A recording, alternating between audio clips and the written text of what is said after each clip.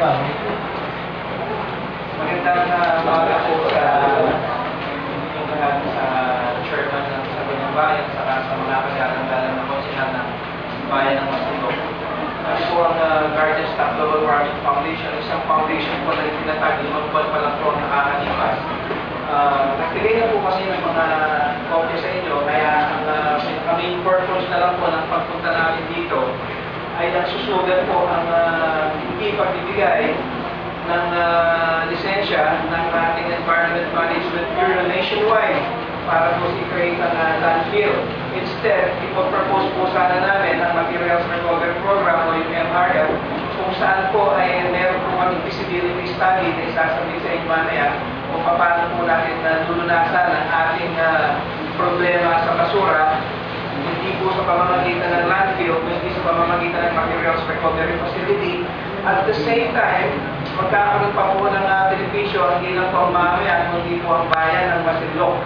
Ang proposal po sana namin ay magkaroon po tayo ng joint venture ng aming foundation at ang local government ng Masinloc, kung saan po ay magkakatulungan tayo upang ang mga basura na makukolekta natin, lalo na food waste, napakatagal na po ng segregation law. Pero hindi po na ipatutupad, hindi lang po sa maraming bayan, kundi halos sa buong Pilipinas. Sa pamamagitan po nito, matutulungan po natin na ma-implement ang segregation law sa pamamagitan po ng ipopropose namin Materials Recovery Facility, kung saan ang mga food waste po natin ay pwede natin convert sa high-grade feeds at high-grade fertilizer. Noong araw po, ang kinakain ng mga baboy natin, dara, sirang gulay.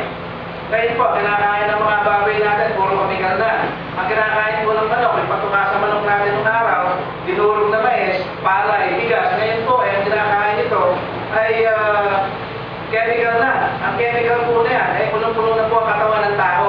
Kaya po, inilumukahin po namin, back to basic, ano po ang kinakain natin sa ating mga alagang baboy, high-grade feeds, at saka high-grade fertilizer para sa ating mga tanim.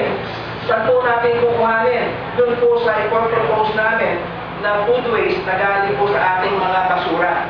Kaya po, with regards to our proposal na magkaroon po tayo ng joint venture, at the same time, mahimay po namin, Mr. Chairman, mahimay po namin kung ano ang mga punto para po mabigyan kami ng pagkakataon na kung saan ay pwede po namin ilahan ng bumuo ang aming proposal. Copyrighted po ito, ang aming proposal, copyrighted po ito, at may propose po namin sa pamamagitan